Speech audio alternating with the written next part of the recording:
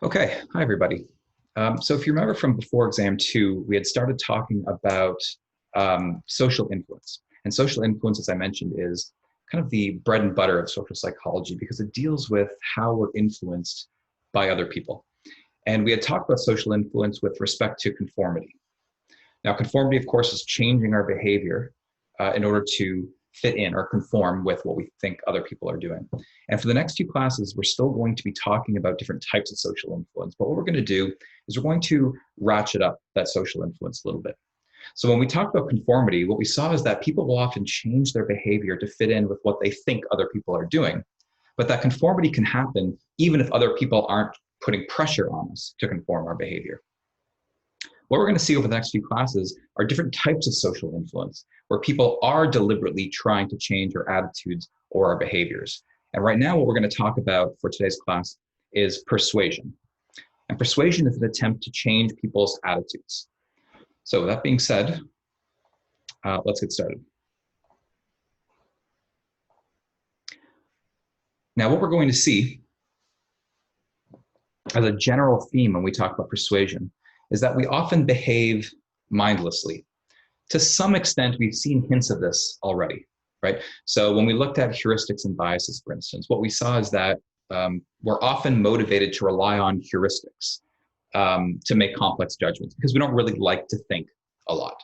Same thing when we saw the fundamental attribution error. One of the reasons why we engage in the fundamental attribution error is, again, because we don't like to think, and it's easy to make a dispositional attribution for someone else's behavior.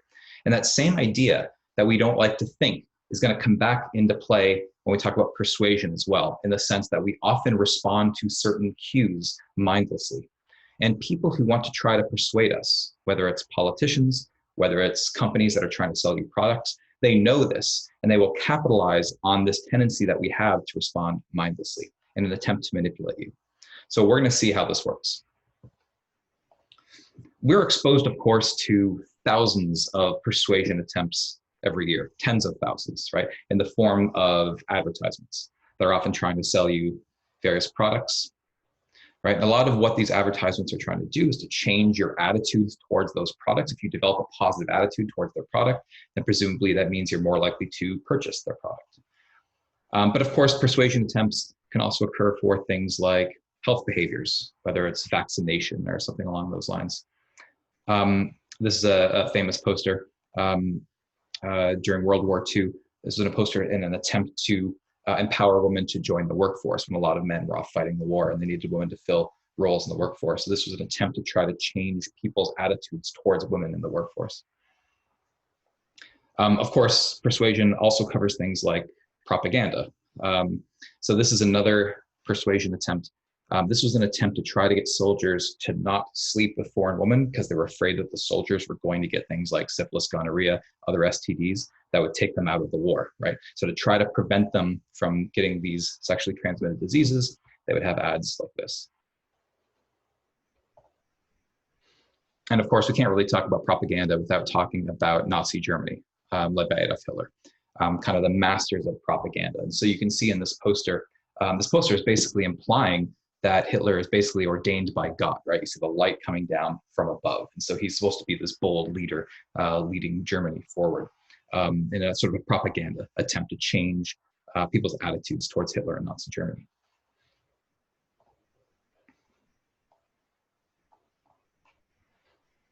So when we talk about persuasion, we're talking about efforts to change others' attitudes. We're going to see later on when we talk about compliance or when we talk about obedience, that those are attempts to change people's behaviors. So we're looking right now at attempts to change people's attitudes. Now, oftentimes, if we change someone's attitudes, that might subsequently change their behaviors as well, right? So if you develop a more positive attitude towards some product, that makes you more likely to purchase that product later on. But we're focusing on attempts to change attitudes. And as I mentioned, one of the underlying themes that's gonna pop up a lot in this section that we've seen before, that we're going to see again in the future, is that people tend to behave mindlessly. In other words, they tend to respond to things without a lot of deliberative thought because, as we've seen, often we don't like to think. It's not that we can't think if we really want to, but oftentimes we don't really want to think very much, and so we behave mindlessly. And I want to give you a couple examples of studies that demonstrate the mindless nature with which we often respond to persuasion attempts. Okay. But basically, this is what it means, that many decisions are made without careful thought. And of course, if decisions are made without careful thought, then what that means is that we can be persuaded by unimportant variables. And so again, people who are trying to persuade you and who know that you are often influenced by these unimportant variables can manipulate you, right? And so it only seems fair to me that if these companies and politicians and other people are trying to manipulate you, that you understand the techniques they're using to try to manipulate you and why it often works. So as I said, let me give you a couple studies that demonstrate the sort of tendency we have to respond mindlessly. And the first one I'm going to talk about is a famous study. I think it was performed in the 70s by a woman by the name of ELM. And here's what she did. What she did is she went to a library and she disabled all the photocopiers in the library except for one. And so what happened is that a line started to form behind this photocopier. And what she did is she would have research assistants who were working with her approach people in line and try to cut in front of them. And they would try to cut in front of these people using one of three techniques. So for 1/3 of these research assistants, what they would do is they would try to cut in front of someone and they would offer absolutely no excuse whatsoever. Excuse me, can I cut in front of you? Now what we're seeing on the y-axis here is the percentage of people who agreed to let that person cut in front of them. Now this was a pretty agreeable bunch of students because about 60% of people allowed this person to cut in front of them even though they had no excuse for doing so. Now that's our control condition. What's more interesting are our other two conditions. So a second group of research assistants would cut in front of people and they would give them a valid excuse. They would say something like, excuse me, can I cut in front of you? I'm in a rush. And being in a rush is a potentially valid excuse to cut in front of someone. And so probably not surprisingly, the percentage of people who agreed to let that person cut in front of them rose pretty significantly from 60% to about 93 or 94%, somewhere in there. So almost everybody let this person cut in front of them. That's not really surprising, right? If you give someone a good excuse, you're more likely to increase persuasion. But what's most interesting of all is this third condition. Because research assistants in this third condition would try to cut in front of someone by saying, excuse me, can I cut in front of you? I need to make some copies. But if you think about this for 2 seconds, you realize that that's not really an excuse at all. I mean, of course you need to make copies. You're in line for a photocopier. Everyone in line needs to make copies. So if you think about it, this excuse is basically meaningless. And if we were processing the content of that excuse, we would realize how meaningless the excuse is. And we might expect to see that only about, let's say, 60% of people would let that person cut in front of them because that's basically giving them no excuse, right? What we actually see is that the percentage of people who allowed this research assistant to cut in front of them was about 93%, almost identical to the case in which people gave a valid excuse. Now, why is that the case? Well, what Ellen Langer, the researcher in charge of the study, what she says is that when people ask us for something, we often don't really listen to the content of the excuse. As long as they give us something that sounds like an excuse, that's in the form of an excuse, then we tend to be persuaded by it. So as long as we hear, hey, excuse me, would you mind if I do this because blah, blah, blah? And it doesn't really matter what's in that blah, blah, blah, because we're not processing the content. We're just sort of thinking about the fact that the request is in the form of an excuse, and we're persuaded if it's in the form of an excuse without processing the content of that excuse. And so what she said is that this reflects this tendency that we have to behave mindlessly. In this case, to respond mindlessly to people's excuses for why they need a favor from us. And there are numerous other studies that demonstrate similar processes. So this is a study where research assistants basically asked people for money, and they did so under one of two conditions, using a typical request or using an atypical request. And at the end of the day, the researchers could count up how much money they had each made. So what they did is that for the research assistants in the typical condition, or when they asked people this typical question, they would ask them something like, can you spare a quarter? Now, chances are if you've been walking on the streets downtown or something, people have asked you, maybe a homeless person has asked you for money, can you spare a quarter? So this is a request that people are used to getting. On the other hand, sometimes people asked an atypical request. An atypical request would be something like, can you spare 37 cents? In another condition, they ask people, can you spare 17 cents? Kind of an odd number to ask for, right? So it's kind of an atypical request. At the end of the day, though, when you add up all the money that people made using either one of these two requests, what the researchers found is that people who made an atypical request made more money. And that's true regardless of whether they asked for 37 cents or 17 cents. They made more money than people who made a typical request. Now, why would that be? Well, put yourself into the shoes of someone who's walking down the street and someone comes up to you and asks you, can you spare a quarter? Now, if we've been asked that question many, many times before, we sort of already have this automatic response that we give. So maybe we say, oh, sorry, I don't have any money. It's just sort of this mindless response that we give to people because we've been asked the question so many times before. But when someone asks an atypical request of you, can you spare 37 cents or 17 cents? We're not used to hearing that request. It breaks us out of that automatic responding that we have. It forces us to think more deeply about the question. Why are they asking us for 37 cents? Maybe they just need 37 cents in order to get the money that they need to get to buy whatever they need to buy. And it gets us thinking about the nature of the request more. And as a consequence, we become more persuaded by this person. So what this shows is that, again, we behave mindlessly, but if the request breaks us out of that natural tendency to behave mindlessly, it can oftentimes become more persuasive.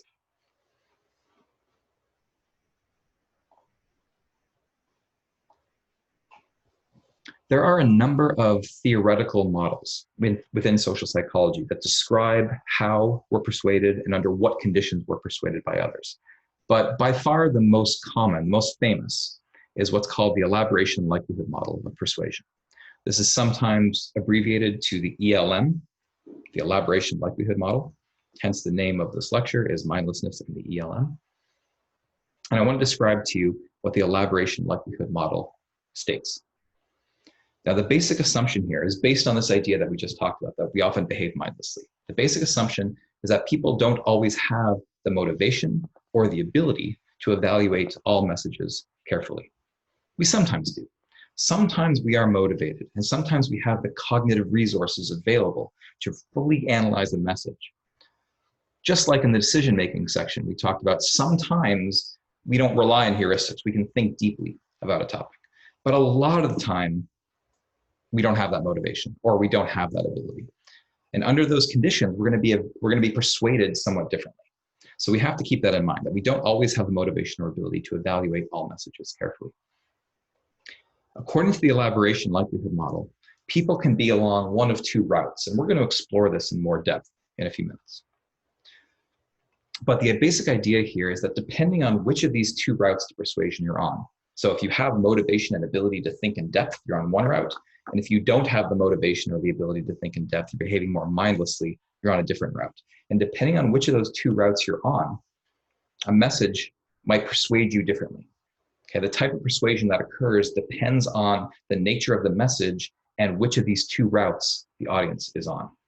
So we're going to explore this in more detail, so this will become more clear as we go along. Now, this idea that people often are persuaded mindlessly by potentially superficial variables because they're not motivated to think in depth or because they don't have the ability to think in depth is understood by the person who gave this quote, who said the following: "The receptive ability of the masses is very limited, their understanding small. On the other hand, they have a great power of forgetting." Okay, the key here is that he's saying that the receptive ability of the masses is limiting and their understanding small, meaning they don't really have a capability of thinking in depth a lot of the time. The problem is that the person who gave this quote was Adolf Hitler. He had an understanding that people can be persuaded by superficial variables, and he used that in order to persuade people. This is partly why it's really important, I think, for you as a consumer, as a citizen, to understand persuasion, to understand how people try to manipulate you, so you don't fall prey to something akin to, let's say, an Adolf Hitler. Okay, so I mentioned a minute ago that according to the elaboration likelihood model, there are two routes that people can be on when they encounter a persuasive message. One of those routes, the route that we're on when we're behaving more mindlessly, is called the peripheral route. When we are on the peripheral route, we're not motivated to think in depth. So we might encounter a message but it takes a lot of cognitive effort to really process the content of that message, to really think about it in depth. And we don't really want to spend that effort if we're on the peripheral route. As a consequence, instead of responding to the strength of the arguments that are made, because we're sort of mentally lazy in this case, we might rely on more superficial cues that are present in a situation. And there's a whole lot of potentially superficial cues. So for instance, we've got an ad here for beer, and there's an attractive woman who's trying to sell beer. Now, the fact that that woman is attractive or not should have no bearing on whether you buy the beer or not, right? That has nothing to do with the quality of the beer in any way. And yes, people are more persuaded when the person who's selling them a product is more rather than less attractive, even though that has nothing to do with the product. Now that occurs because people are on the peripheral route and we're influenced by these more superficial cues. So the attractiveness of the person giving the argument is a superficial cue that influences people on the peripheral route. But there's many other superficial cues as well. So for instance, source credibility is a superficial cue. So if you have a commercial where someone says, I'm a doctor and you should therefore do this, saying that I'm a doctor is a source credibility cue. The implication is that I'm a doctor, therefore you should believe what I have to say. And you don't need to analyze the arguments that I'm actually giving.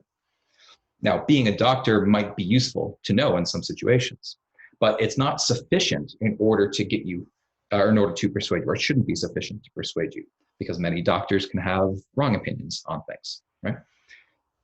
And so source credibility is a way that advertisers might try to influence you. So if you hear something like 4 out of 5 dentists recommend this toothpaste over this toothpaste, what they're relying on is that you're not really going to analyze which toothpaste is actually better. What you're going to do is say, well, if dentists recommend this toothpaste, I'll just buy it, without actually thinking about the quality of that toothpaste in any sort of depth. Or a lot of commercials have humor. Humor, again, is oftentimes, or most of the time, unrelated to the product that's being sold, but we tend to be more persuaded by funny commercials rather than by not funny commercials. A couple other cues that matter. One is fluency. So if the person who is speaking, who is trying to persuade you to do something, is very fluent, meaning they're eloquent, they're speaking well, they're not filling their conversations with ums and ahs and stopping and starting, and it's kind of awkward. We tend to be more influenced by fluent people rather than less fluent people. Even if the content of the messages are identical, we tend to be more influenced by the fluent person. Or if 2 people come in to try to argue a point, and one person gives 5 arguments for why you should believe them, and the other person only gives 2 arguments, we tend to be more influenced by the person who gives us 5 arguments. We may not even be listening to or thinking about the content of the arguments. Just the mere fact they're giving more arguments makes us more likely to be persuaded by that person. And so again, people who are trying to persuade you, who know these things, will often try to persuade you by having an attractive speaker, by using humor, by having a speaker who's fluent, by giving sort of a lot of arguments, et cetera, all in a way to try to manipulate you without having you actually think about the content of the message itself. So a number of years ago, Heinz Ketchup came out with bottles where different celebrities would give a quote on the bottle. So in this case, Lindsay Lohan says, "Burgerlicious." Well, why do we care what Lindsay Lohan, the actress, thinks about Heinz Ketchup? How does that make any sense, right? But the fact is that people are on the peripheral route are influenced by things like the celebrity status of someone who's trying to persuade them to do something.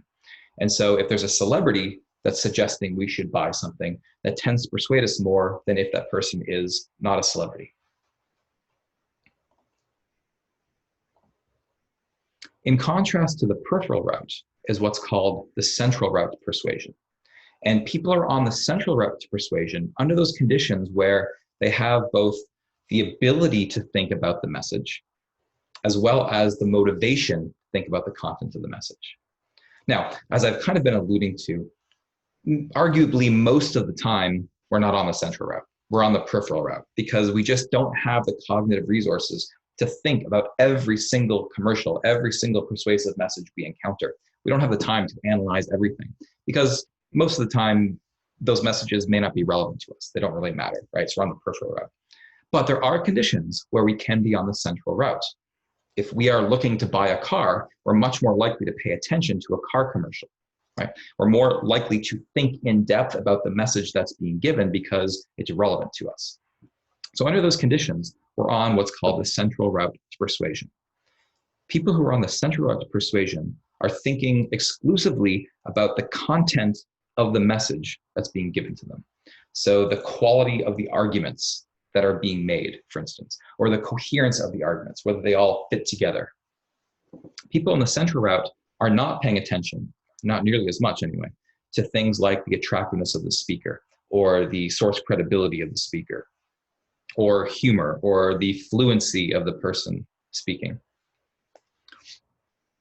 Now, it's a little bit harder to find examples of persuasive messages that rely or that assume that their audience members are on the central route. However, there are some. So here's an example. This is an ad for a house. And you can see there's a picture of the house. There's a bit of a description of the house that says, enjoy the holidays in this elegant residence set among high hedges and English gardens on over 2 acres, offered exclusively $3.25 million. Now, the idea here is that if you're in the market to buy a $3 million plus house, you're probably really, really motivated to think about the quality of the arguments that are being made, right? Whether it's an attractive person or a less attractive person selling the house, it's probably not going to interest you as much because you're really motivated to think in depth about the message. So, of course, people who are selling houses who know this are more likely to try to appeal to people that they assume are on the central route, who are thinking in depth. And so they give them relevant information. So they describe the house, they show a picture of the house, they give you the price of the house. This is all relevant information that should go into whether you want to buy the house. Okay, so we're going to keep this framework in mind, right? That sometimes we're on the central route where we think in depth about a message, and sometimes we're on the peripheral route where we don't think in depth about the message and we're influenced by these more superficial factors. And keeping that framework in mind, we're now going to talk about certain factors associated with either the audience, the person receiving the message, or the source of the message, the person giving the message, or qualities of the message itself that affect how we're persuaded. So we're going to see how the elaboration likelihood model, this idea that people are on the peripheral or central route, how that plays into these ideas. So let's start with the audience. We're going to look at a couple factors associated with the audience, the person receiving the message, that affects how they're persuaded. Now, the first and most important factor is something I kind of alluded to a couple minutes ago, that it determines whether someone's on the central or peripheral route. And that is the level of involvement the audience has in the message. And what that means is that if a message is relevant to you, okay, meaning it's going to affect you in some way, then we say that the audience is involved in that message. And the more involved the audience is, in other words, the more relevant the information is to the audience, the more likely they are to use the central route. So as I mentioned, if people are in the market to buy a car, then a car commercial is very relevant to their goals. If that car commercial is relevant, that means the audience is involved in that message. And if they're involved, they're more likely to use the central route. Same thing, if you're looking to buy a house, then an ad for a house is relevant to you. You're involved in the message, you're more likely to rely on the central route. However, we can't just claim that involvement or relevance leads to people being on the central route. We have to actually test this idea. So I want to describe to you a study that tests the idea that if you make something relevant to someone, that leads to them being persuaded along the central route. And I want you to pay attention because the study and understanding the results of the study can be a little bit tricky. And I'm going to expand upon this basic study idea over the next 10 or 15 minutes. And if I lose you now, you're going to be lost for the next 10 or 15 minutes. So I really, really want everybody to pay attention to this section of the lecture. So let me describe to you the basic study that looked at this. So what researchers did is they went and gave one of 2 different talks to a number of high school students. And the topic of their talk was on instituting these comprehensive exams. So basically at the end of your high school career, students would have to take this comprehensive exam that covers everything that they learned about over the past 4 years. And in order to graduate high school, they had to pass this comprehensive exam. So the speaker was coming in to talk about instituting these comprehensive exams. Now what they did is they randomly assigned the students to be told that these comprehensive exams were either going to take place next year, in which case it would affect them. So in other words, it's going to be relevant to them, right? If these exams, comprehensive exams, start next year and all these students have to take these comprehensive exams, then the students should be motivated to understand whether these comprehensive exams are a good idea, right? So that's our high relevance condition. On the other hand, another group of participants, of students, were told that these comprehensive exams wouldn't be instituted for another 10 years. Presumably, everyone should be graduated by that time, right? So as a consequence, no one hearing this talk should be affected by these comprehensive exams, right? It's not relevant to them anymore. So that's our low relevance condition. So far we've randomly assigned people to one of two conditions: a high relevance condition where the exams are going to take place next year, or a low relevance condition, in which case the exams won't take place for another 10 years. Now, what the researchers then did is they gave a talk about the benefits of having these comprehensive exams, but they randomly assigned people to be given one of two versions of the talk. In one version, the researchers gave really good, strong arguments. Things like, research has shown that when students take these comprehensive exams, that makes them more competitive to getting into colleges later on. That's a pretty good argument for comprehensive exams. On the other hand, half of the students received really poor arguments for why they wanted to institute these comprehensive exams. Things like, well, the administration was curious just to see how students would perform. It's not a great argument for comprehensive exams, right? Okay, so I want you to keep that in mind as I go over these data. So I want to make sure you understand what these data are showing. So our low involvement group, these are people, again, who we're told the exams won't take place for 10 years, so it doesn't really affect them. Okay. Now, the basic idea, if we start with this low involvement group, the basic idea is that these are students who don't really care about this, right? These exams don't take place for 10 years. Because they don't really care, it doesn't affect me, it's not relevant to me. They're barely paying attention to the speaker, because why would they invest cognitive resources to really analyze the quality of the arguments? They don't want to do that. We want to behave mindlessly, right? So you can think of these people as barely paying attention to the speaker. Now, what happens is that after they hear one of these two speeches, either a speech with good, strong arguments for why they want these exams, or after hearing a speech with really poor arguments, all of these students then rated their attitude towards having these comprehensive exams. That's what this post-communication attitude, that's what this means, okay? So the higher the bar is, the more they agree that comprehensive exams are a good thing. The lower the bar, the less they agree with that. So if we start by looking just at the low involvement people, because these people are barely paying attention to the speaker, they're not really differentiating between the strong arguments and the weak arguments. In other words, another way of saying that is that the students who heard strong arguments are not much more persuaded by those arguments than the students who hear the weak arguments. Now, there's a little bit of a gap here, right? So they're a little bit more persuaded, but not by much. It's almost as if they're barely paying attention to the strength of the arguments. On the other hand, let's look at the high involvement people. These are people who are told that these comprehensive exams will take place next year.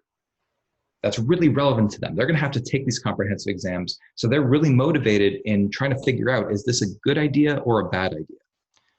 Because they're so motivated, they start paying attention to the strength of the arguments, right? They want to analyze these arguments.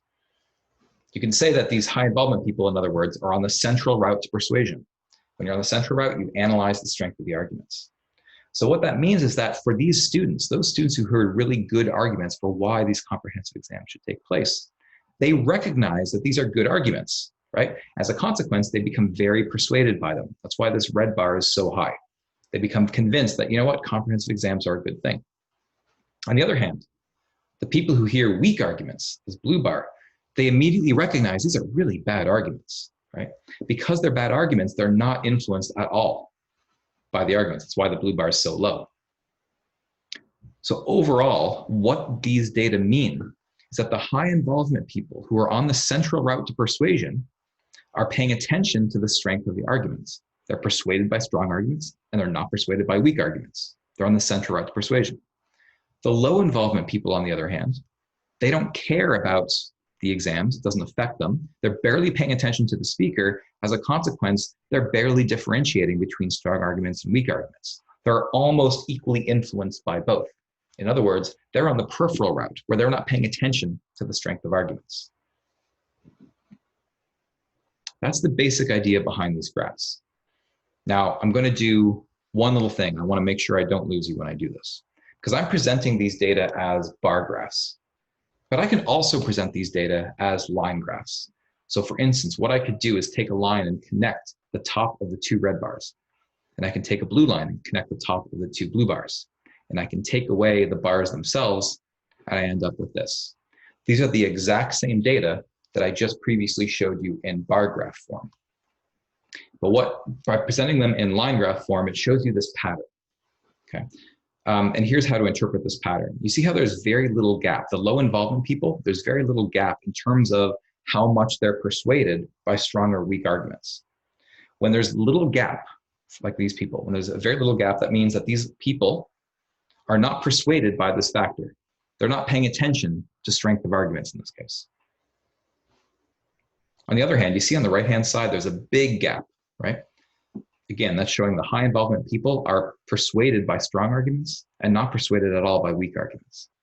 Whenever you see a big gap like this, then that means that those people are influenced by this factor. In this case, the high involvement people are influenced by the strength of arguments because they're persuaded by strong arguments and not by weak arguments. Okay.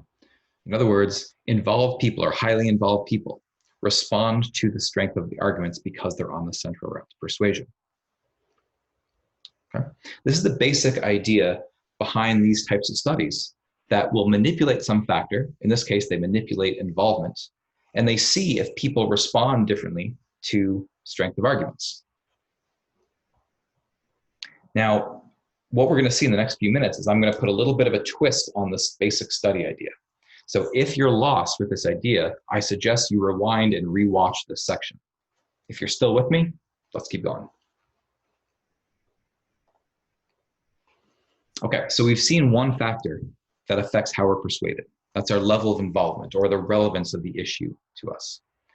But there's a second factor associated with the audience that also affects how we're persuaded, and that is our need for cognition. Now, need for cognition is a personality variable that differs from individual to individual. Hence, we call it an individual difference factor. Now, what need for cognition refers to is our tendency, the extent to which we enjoy effortful thinking. Now, I've been talking about how, in general, people don't like to think very much, but that varies from person to person, right? There are some people who like to think a lot, right? And there are some people who don't like to think at all. It varies from person to person. And so what you could do is you could give a questionnaire to people that measures the extent to which they enjoy effortful thinking. And based on people's responses to that questionnaire, you can categorize people as being either high in need for cognition, meaning they like to think, or as being low in need for cognition, meaning they don't like to think. So for instance, these are some questions from a need for cognition scale. And so what you can do is you can ask people or give people these 6 items and ask them to respond true or false to each of these items. And depending on how people respond to these items, you can then classify them as high or low in need for cognition. So you can see that these items get at whether people like thinking or not, right? So number 2, thinking is not my idea of fun, right? Or number 4, I like tasks that require little thought once I've learned them. So you can figure out if people are high or low in need for cognition based on how they respond to this need for cognition scale. Okay, so let's think about this for a second. If people who are high in need for cognition, if that reflects the fact that they like to think, then you can imagine that when they're faced with a persuasive message, they're going to tend to want to analyze that message because they like to think about things like that. So in other words, people who are high in need for cognition should tend to be on the central route to persuasion. On the other hand, people who are low in need for cognition, by definition, don't really like to think very much. So when they encounter a persuasive message, then in general, they should tend to be on the peripheral route to persuasion. They don't want to analyze it very much. Okay. Now, these are just tendencies. Sometimes people who are low in need for cognition, if they're motivated enough, can think about a message. And sometimes people who are high in need for cognition, if they're really not motivated, might be on the peripheral route. Okay. But in general, people who are high in need for cognition are on the central route. People who are low in need for cognition are on the peripheral route. Or at least that's the hypothesis, right? But we have to test this.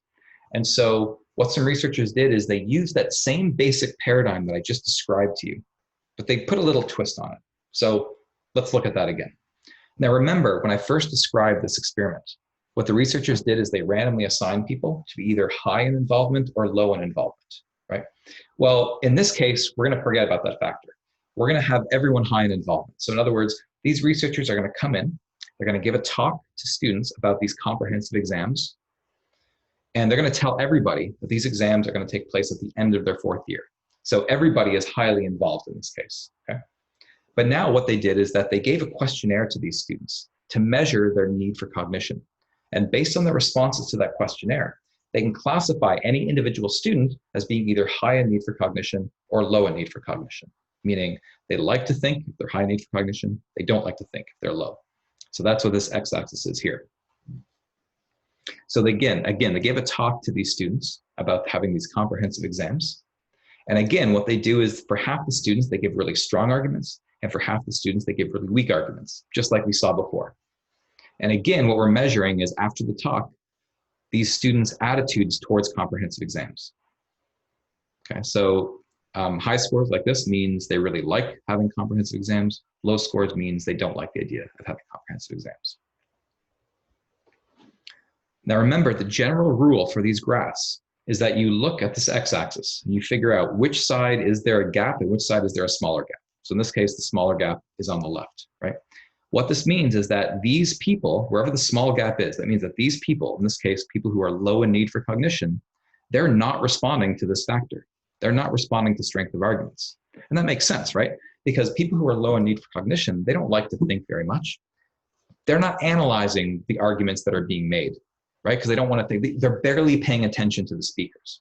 And so what that means is that they're almost as influenced by weak arguments as they are by strong arguments because they're not really paying attention to argument strength. Okay, that's why there's a very small gap on this side. So they're about equally influenced by strong and weak arguments. On the other hand, the people who are high in need for cognition, these are people who like to think, and because they like to think, they're thinking about the quality of the arguments that are being made. As a consequence, you see this big gap here, where people who are high in need for cognition are very influenced by strong arguments because they're paying attention to them. They recognize their strong arguments, and so they come in favor of that topic. And the people who hear weak arguments, these students who are high in need for cognition recognize that these are weak arguments, and as a consequence, they're not persuaded at all by them. So again, what we see is wherever the large gap is, in this case, the high in need for cognition people, they are paying attention to this factor. In this case, they are paying attention to the strength of the arguments. Or another way of saying this is that people who are high in need for cognition are on the central route to persuasion. Because remember, it's only when you're on the central route to persuasion that you're paying attention to the strength of the arguments. So what this graph is showing is that people who are high in need for cognition are on the central route to persuasion because they're paying attention to the strength of the arguments.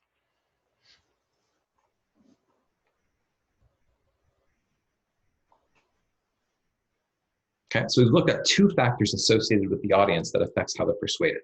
We looked at the level of involvement the audience has with the topic, and we looked at their need for cognition. There is a third factor associated with the audience that affects how we're persuaded as well, and that is the cultural background we come from. And so we've seen before in this class that there are large differences between Western cultures, like this one, like the US, and Eastern cultures, like India, China, Vietnam, etc. And in particular, there's differences in the way that we view ourselves. So if you recall from earlier in the semester, in Western cultures, we have this idea that we have an independent sense of self, right? That we're independent from other people. Whereas in Eastern cultures, they have more of a belief or more of a perspective that people are more interconnected, that my sense of self is interdependent with other people. And so what that means is because we've grown up in these two different cultures with different perspectives of the self, we respond differently to different arguments. So for instance, in Western cultures, we tend to respond more to ads or to persuasive messages that have slogans like this: you only better, a leader among leaders, make your way through the crowd. Notice that all these slogans are aimed at the idea that you are different from everybody else, right? You're a leader among leaders. You should make your way through the crowd. You're independent of other people. And so as a consequence, people from Western cultures, where we have this idea that our sense of self is independent, we tend to respond more to these types of ads, to these types of slogans. In contrast, in Eastern cultures, because the focus is on the interdependence of the self with other people, they tend to respond to slogans or to ads that emphasize that interconnectedness. So to slogans like, our family agrees with the selection of home furnishings, or we have a way of bringing people closer together, or a more exhilarating way to provide for your family. Note that these slogans are all emphasizing the interconnectedness that you might have with other people. As a consequence, these types of slogans tend to be more impactful for people from Eastern cultures versus people from Western cultures. So what all of this means is that if you are trying to deliver a persuasive message, you're trying to persuade someone, then you need to understand who your audience is. You need to understand their culture. You need to understand if the topic is relevant to them. You need to understand their need for cognition. And based on those variables, you might design your ad very differently for maximum persuasive appeal.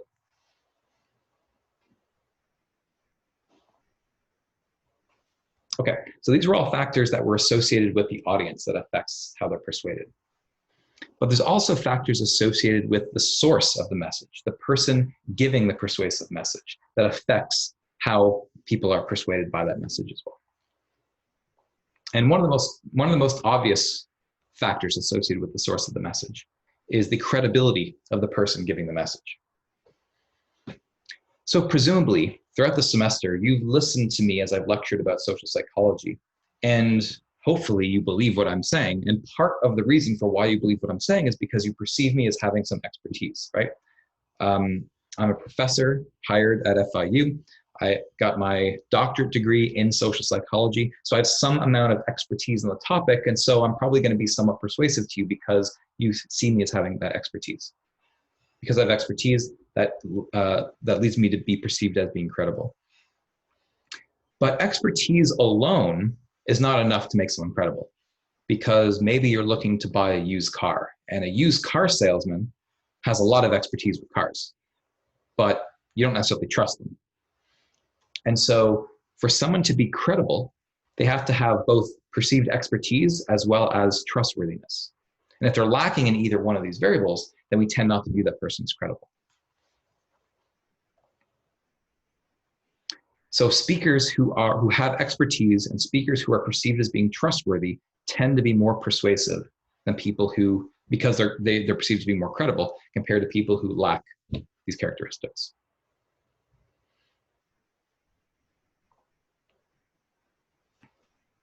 Okay.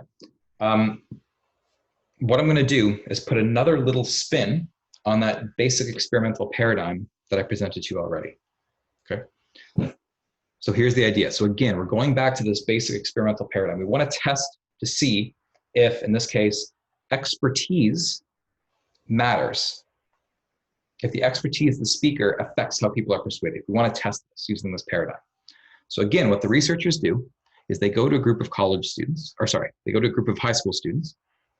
And again, just like in the first variation of this paradigm, they randomly assign people to either a high involvement or low involvement condition. So just to refresh your memory, in the high involvement condition, that means these students are told that these comprehensive exams are going to take place next year, so it's going to affect them, it's relevant to them. In the low involvement condition, the researchers tell these students that the exams won't take place for another 10 years. As a consequence, it's not relevant to them. And we've already seen how when an issue is relevant, the audience is involved and they're on the central route to persuasion. And when an issue is not relevant, the audience is not involved, they don't really care, and they're on the peripheral route to persuasion. Okay, so they randomly assign students to either a high involvement or a low involvement condition.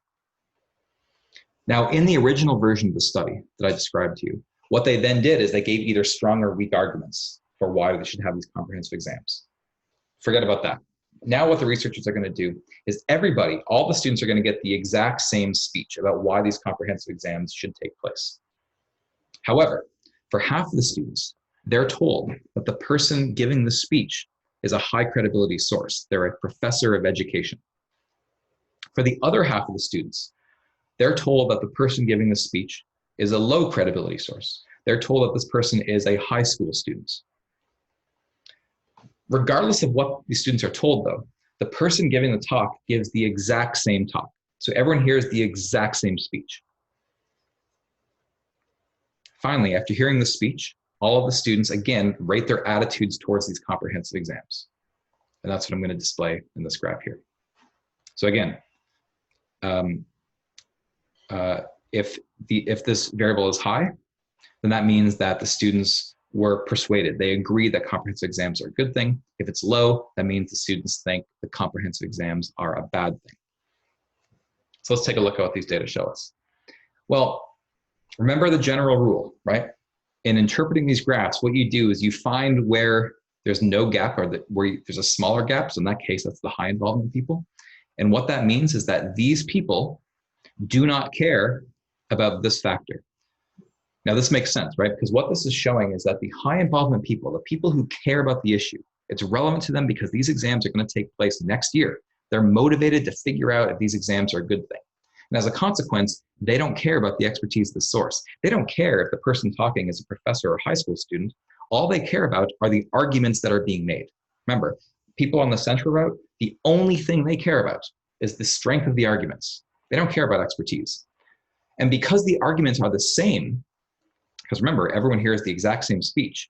So whether they're told it's an expert or a non-expert source, the arguments are exactly the same. And as a consequence, people who are highly involved in the issue are roughly equally influenced by both.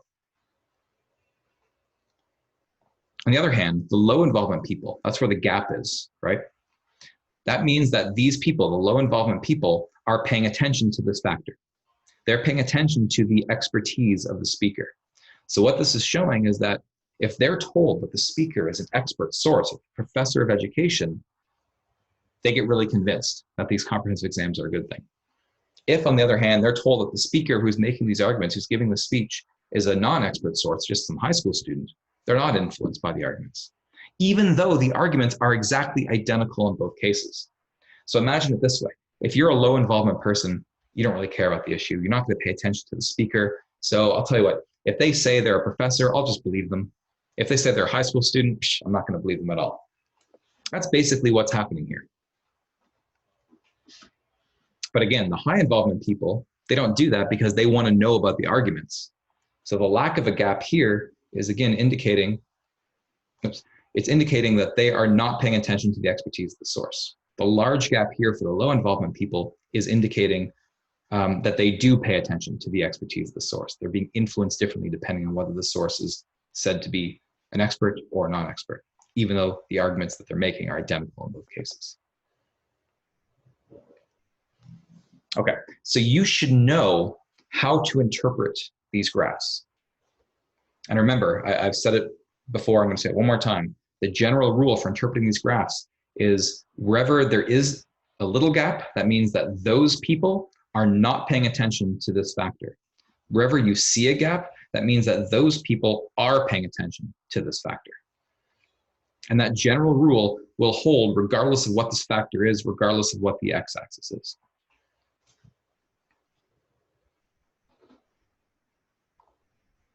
Okay, we're done with those graphs. Okay, we're not going to go back to them, but you should understand them for exam 3. There is one interesting phenomenon I'll just mention briefly, something called the sleeper effect.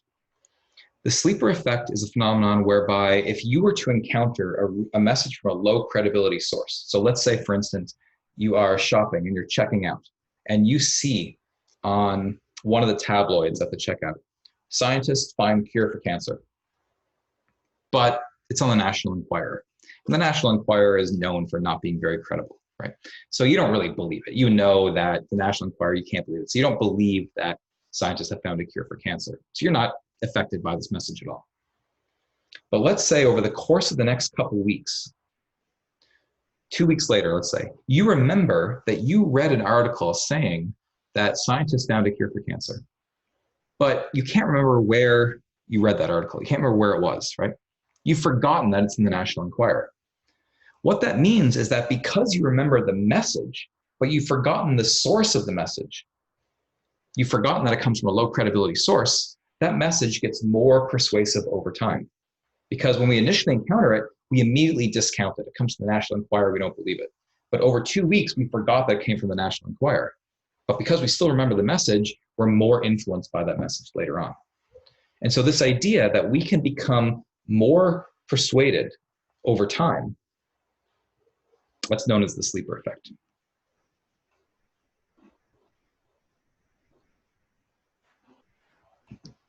Okay, so we've looked at how the credibility of the source giving the message can affect how we're persuaded.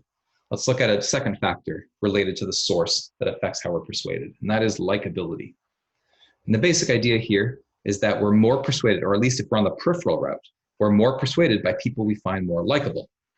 Now, we're going to spend a significant amount of time later in the semester looking at factors that make people more or less likable. When we look at attraction, we're going to look at that. But for now, what we can see is that likability is composed primarily of two components. First off, and we're going to see this pop up again in the course as well, is that we like people who are similar to us. And this sort of makes sense, right? Because we saw earlier in the semester that people really like themselves, right? We really like ourselves. We've seen that. We've seen all the ways that we can distort information to make ourselves feel good about ourselves, right? So we really like ourselves. And so therefore, if you're just like me, well, hey, I must like you as well. So we like people who are similar to us. And what that often means is that people who try to persuade you might try to convince you that they're in fact really similar to you. So you see this a lot in political ads. Now, you don't see it as much with Donald Trump because he's kind of an aberration from what we normally see with politicians. But usually pre-Trump, we would see a lot of politicians who try to convince people that, look, I'm just like you. I'm just a regular person, just like you. I'm an average American. And they appeal to that idea because they know that if you think they're similar to you, you tend to like them more. So similarity affects likability. Secondly, physical appeal, meaning physical attractiveness, among other things. We tend to like people who we find physically attractive or who have some sort of physical appeal. This is part of the reason why companies will use celebrities, and especially attractive celebrities, to sell their products. So we've got here soccer player David Beckham selling Sharpie pens. Now, why would we care what a soccer player thinks about pens? Why would that influence us, right? Logically, it doesn't make sense. And if we were on the central route, we wouldn't be persuaded by that because we only care about the strength of the arguments. But at least for people on the peripheral route who are not motivated to think in depth about an issue, we tend to be persuaded more by people we like. And we like celebrities and we like attractive celebrities. And as a consequence, even though David Beckham, his career has nothing to do with Sharpies, people tend to be more persuaded if he makes a celebrity endorsement of that product because we tend to like attractive celebrities.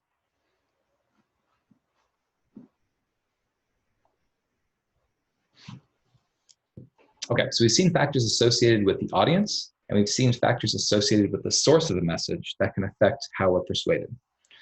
Lastly, I want to talk about factors associated with the message itself that affects how we're persuaded. And we're going to look at a number of different factors, and we'll do it fairly quickly here. And the first factor we're going to look at is whether a persuasive message, whether it's more persuasive if they appeal to people's reason or they appeal to people's emotion. So for instance, we can ask the following question. Do advertisements that intend to evoke fear out of the audience, are they more persuasive than messages that don't tend to evoke fear? And there's lots of examples of this happening.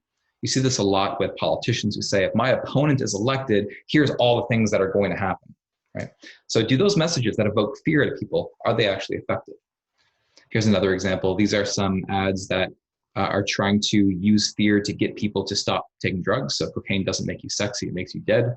Or the tobacco industry made him history. So the implication is that if you keep taking cocaine, if you keep smoking, it's going to kill you, right? So it's trying to evoke fear on the audience. So are those types of messages actually effective? Are they persuasive?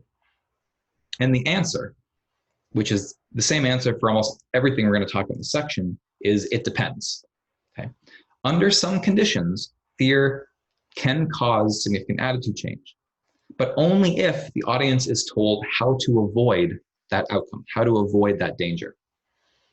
Because if all you do is say, look, you're smoking, that's going to kill you one day, and that's all you say, Well, people who smoke, there's going to tend to be this defensive reaction to this, right?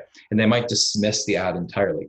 But if you say, look, if you keep smoking, that could kill you, but here's what you can do if you need help quitting. Here's a phone number to call. If you do that, that allows people, that tells them, here's the route that you can take to avoid that negative outcome. It minimizes that sort of defensive reaction that people can have. So these sort of fear appraisals can be effective if the audience is told how to avoid the danger. If they're not told how to avoid the danger, they often backfire. They often aren't effective.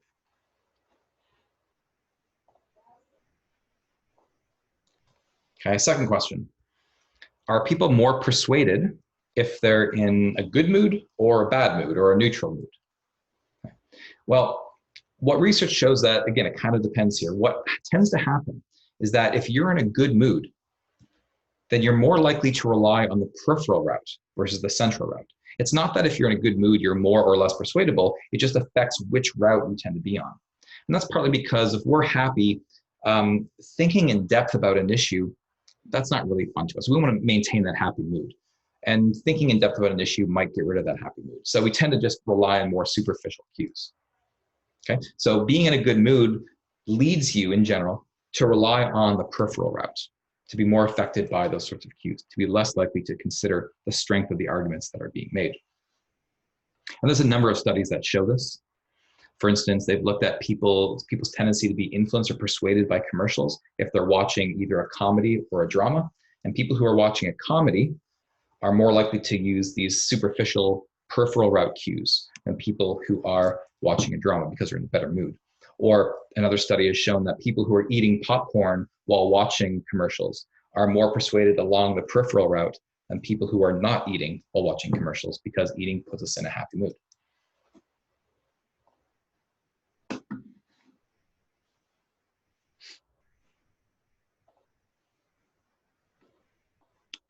All right, another question we might have.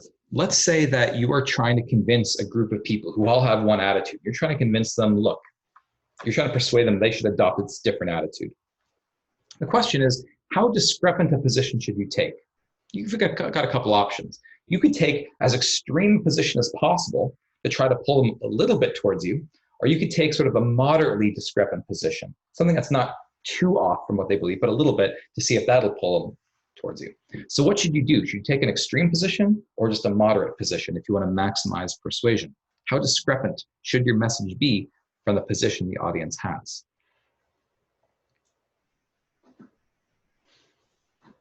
I'll give an example where this is relevant. This guy here is from the Westboro Baptist Church, who are kind of infamous for going to funerals of American soldiers who have died in combat, say, and holding up signs saying things like, you're going to hell, thank God for dead soldiers, et cetera, right? Very sort of extreme, a very extreme position, especially if they're at the funerals of dead soldiers. These are pretty awful people who do this. But the question is, if they're taking such a discrepant position, does taking that position actually increase the likelihood that they get some attitude change or not? Well, in general, if you want to maximize persuasive appeal, then moderate discrepancy is best. If you take too extreme a position, like these guys are doing with Westboro Baptist Church, people immediately just dismiss them, right? So if you're at a funeral because a family member or a friend was a soldier who died in battle, you're not going to pay this guy attention. You're not going to go to him and say, hey, give me your arguments for why you think my friend or why you think my family member is going to hell. You're just going to tune them out. You're not even going to listen to them, right? So having a really discrepant position immediately turns off the audience. That is why having sort of moderate discrepancy, being a little bit discrepant from your audience, tends to maximize persuasive appeal. Otherwise, being too extreme just immediately leads people to reject the arguments that you're making. Another question we might have, if we're going to maximize persuasive appeal, is whether our arguments should be what's called one-sided or whether they should be two-sided. What that means is this: if you are arguing for something, do you acknowledge your opponent's perspective and try to shoot down their arguments? That would be a two-sided argument. Or do you completely ignore the other side entirely and you just give your speech? That's a one-sided argument. Which of these messages maximizes persuasion? Well, it depends. Remember, that's kind of the answer to almost all these questions. It depends. Under some conditions, one-sided arguments where you don't even acknowledge your opponent's perspective, they can be more persuasive if the following hold. If your audience already agrees with you, so if you're talking to a friendly audience and they already agree with you, that giving a one-sided message tends to be more persuasive. Otherwise, you would bring up your opponent's arguments, but your audience already agrees with you. So you don't need to bring up their arguments to shoot them down because they already agree with you, right? Or if the audience is not aware of the opposing views, then there's no point in bringing up the opposing views to try to shoot them down because they weren't aware of them in the first place. So if either of these two things are true, then one-sided arguments are more persuasive than two-sided arguments. If either of these things are not true, or if both these things are not true, then two-sided arguments are more persuasive. So if you're talking to an audience of people who have a diverse array of views and they're aware of the opposing arguments, then a one-sided argument is not very persuasive because they know about your opponent's arguments and you haven't done anything to shoot down those arguments. And so under those conditions, to be maximally persuasive, you want to bring up not only your arguments, but what your opponent's arguments are so you can try to shoot them down.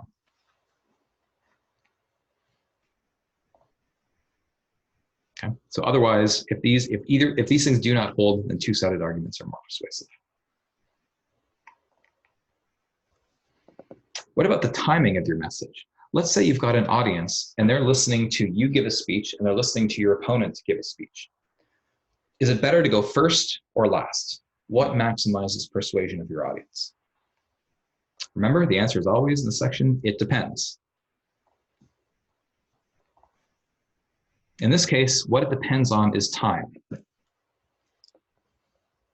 in particular, the delay between the messages. So for instance, let's say that the audience is going to hear a first message, then they're going to hear the opposite message immediately afterwards, and then they make a decision at some later time. Under these conditions, it tends to be best to go first. Going first lays the groundwork. And remember we saw in social cognition in that section that first impressions are hard to change, right? Because once you have an idea of something, we engage in confirmation biases and belief perseverance and things of that nature. It becomes hard to change someone's mind. And so what this means in this context is that going first sets the groundwork, lays a foundation around which your audience will interpret the subsequent message. And because of confirmation biases, they tend to be less influenced by it. So there's a primacy effect here. Primacy meaning going first tends to be more persuasive than going second. But that's only true if the two messages come basically back to back. Because you might have a condition where the audience hears a message, there's a time delay, then they hear a second message right before they make a decision. And under these conditions, it tends to be best to go last. This would be more like a recency effect. In other words, the message that's more recent when people have to make a decision, the one that's closest to when they make a decision, tends to be more impactful. And the reason for this is because although they got this first message first, they've forgotten it over time. Whereas the second message is clear in their minds if it comes right before the decision. So if they've forgotten the first message, they're more influenced by that second message.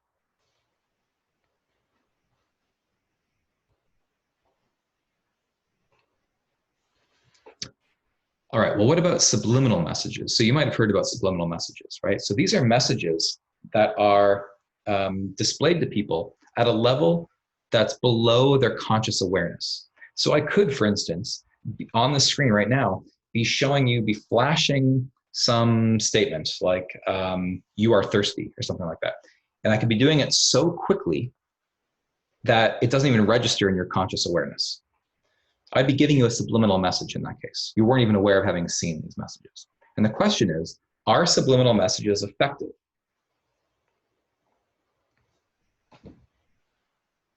So if I flash something like, you are thirsty, drink Coke, subliminally, would that make you more likely to drink Coke?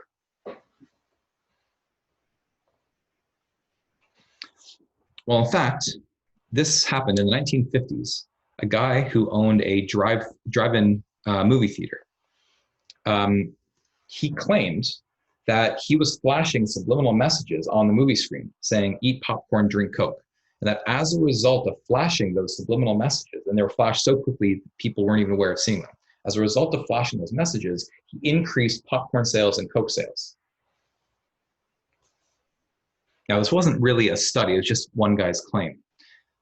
Well, it turns out that later it was found out that that guy made that up. He was never actually flashing subliminal messages at all. He just said that to try to generate interest in his drive-in movie theater, try to get people to go. So we don't really know, based on that claim, whether subliminal messages work, because he basically lied about it. But regardless, on the basis of claims like this, a lot of people started to get worried, because if people could be influenced by subliminal messages we're not even aware of receiving, then we're kind of like robots, right? Like, people could manipulate us in all sorts of ways we're not even aware of. And so some grocery stores would actually put subliminal messages in the background of their music. So they'd have someone saying in the background of their music things like, if you steal, you'll get caught. But it was so low, so quiet, and sort of disguised by the music that people weren't aware of actually having encountered that message. But the supermarkets believed that those subliminal messages worked, and that would reduce shoplifting. In fact, the band Judas Priest was brought to trial over a claim that they had put a subliminal message in one of their songs. Now, the subliminal message was just do it, just those two words, do it. But what happened is that a couple teenagers killed themselves, and the parents of the teenagers claimed that they killed themselves because of that subliminal message that was put in the background of the Judas Priest song. So they took Judas Priest to trial on the basis of this idea that subliminal messages affected them. Now, eventually, that case was thrown out. So the question is, do subliminal messages, do they actually work? Can they actually change people's behavior? Well, if you go online, you can see all sorts of claims that people make for how subliminal messages can change people's behavior. And so here are a few that I found. These are people who are selling products. Oftentimes they're like some sort of audio, and in the background they've embedded subliminal messages. So if you play this music and you expose yourself to subliminal messages, they claim that that'll change your behavior, right? So for instance, some of these audio files will have messages, subliminal messages about losing weight. And so if you listen to them, that should help you lose weight. But there are some messages that are some people who claim that you could stop smoking with subliminal messages, you can boost your self-esteem, you can increase your energy, you can improve your memory, you can seduce women, that you can clear up your skin.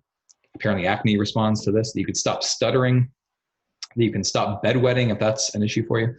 You can get rid of irritable bowel syndrome. Apparently, according to these people, you can accomplish all sorts of things. You can change your behavior in a number of different dimensions just by listening to these subliminal messages. Problem is, none of this is actually true. Okay? What research has shown is that subliminal messages don't actually work. They do not affect your behavior. As a general rule, if you're not aware of a message, you're not affected by it. There are some small exceptions to this. Under very specific circumstances, subliminal messages, or at least something presented to you subliminally, can change some minor things. It can change how you feel towards something. But as a general rule, subliminal messages do not change your behavior. But what's interesting is that people think that their behavior changed. So let me describe to you a study that looked at this. What these researchers did is they gave people a tape, like a set of music with a subliminal message hidden in it. And the subliminal message, they gave them either a tape for how to increase their self-esteem, or they gave them a tape where the subliminal message was how to lose weight. Okay. Now, but what they did is that before giving participants these tapes, they accidentally, but really on purpose, mislabeled half of the tapes. So what that means is that some people who thought they were getting a tape with a subliminal message to increase their self-esteem, in fact got a tape with a subliminal message to lose weight. And some of the people who thought they were getting a tape with a subliminal message to lose weight, in fact got a tape with a subliminal message to improve their self-esteem.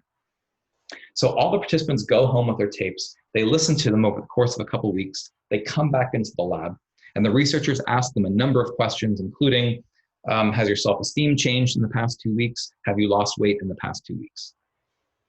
Now, what happens is that people who believe that they got a tape that had a subliminal message to boost their self-esteem, they come back and they say, oh yeah, my self-esteem is way higher than it was 2 weeks ago. These tapes must be working. But that's true of people who actually got a tape that had subliminal messages to help lose weight. As long as the participants believed they got a tape to boost their self-esteem, they report their self-esteem increase. And same thing, if you look at the people who who believed they got a tape to help them lose weight. Those people say, oh yeah, I lost weight in the past 2 weeks. But even the people who actually got a tape to boost your self-esteem, they still claim that they lost weight because they think they got a tape with a subliminal message to help them lose weight. So what happens is that we believe that these subliminal messages affect our behavior, even though they don't actually affect our behavior at all. And that's a good thing, right? Because if subliminal messages affected us, then people could easily manipulate us all the time. So it's a very good thing that subliminal messages don't actually affect us. But that hasn't stopped people from claiming all sorts of subliminal messages in movies and commercials and things like that. So I'll give you some examples. This is from the movie The Lion King. And some people claim that in this scene, when Simba kicks up a bunch of dust, you could spell the word sex in that dust. You're going to see that a lot of claims of subliminal messages are based on claims that people are shown the word sex. And the idea is that we have positive connotations with sex. And so seeing the subliminal word sex makes us feel positive things about whatever it is that we're watching. Okay, so what they claim, this is kind of a low quality image, but what people claim is that you could spell out the word sex like this. Again, it's kind of hard to see it. You can actually see this a little bit better if you see an actual high quality clip of the movie, but they claim that in that dust, you can spell out the word sex. Now, there's a few possibilities. There's at least 3 possibilities of what's going on here. The first possibility is that the animators believed that subliminal messages actually worked, and so they put the word sex in the movie and they kind of tried to hide it so that that would create positive impressions of people watching the movie. That's one possibility. I don't think that's what actually happened, but it's one possibility.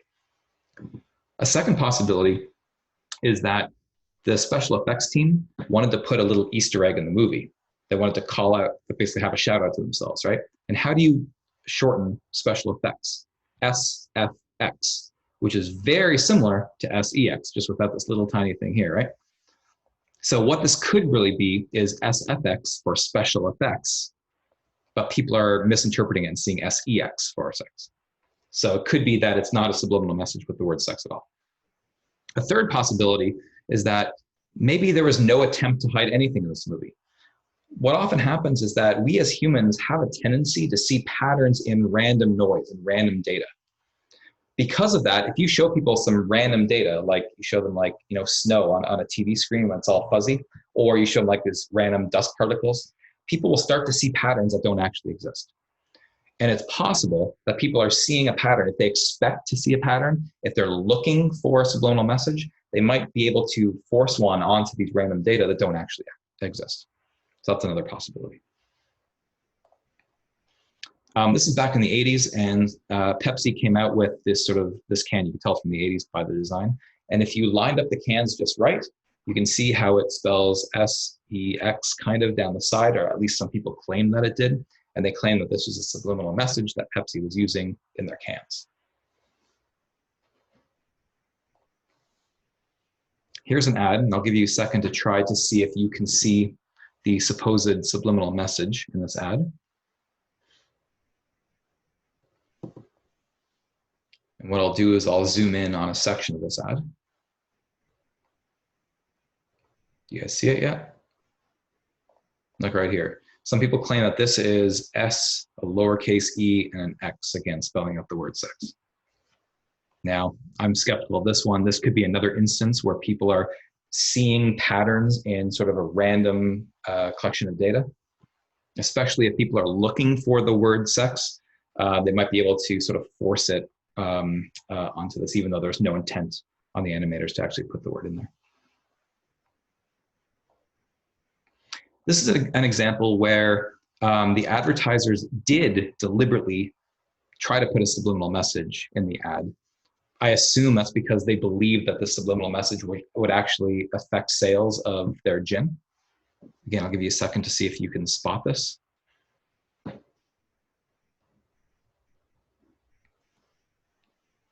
Okay, take a look in the glass right in here. And if you look at the lighting in the glass, you can see SEX down the side, right? So in this case, the advertisers they almost certainly put this in there on purpose. I presume because they thought that, again, people would have positive, that the word sex would automatically create these positive associations, which they would attribute to the jinn. They'd be more likely to buy the jinn. As we've seen before, that's not what happens. Okay, you're no more likely to buy Gilby's gin if the subliminal word sex is in there versus if it's not. Okay, so just to sum up what we've talked about today, we've talked about the elaboration likelihood model, which says that we can be persuaded along one of two routes, either the peripheral route or the central route. And we've looked, using that framework, we've looked at a number of factors that affect how we're persuaded. So I'm not going to go over all of these because this is what we spent all lecture talking about already, but I wanted to put this all on one page so that therefore when you're studying for exam 3, you have it all in one section. So you can remember how each of these factors is associated with our ability to be persuaded. Okay, and with that, I'm going to end the lecture here. There are, I think, 3 more slides in the persuasion section. I'm going to pick up where I left off and talk about those last 3 slides on Thursday when we resume classes again. I will see you guys then.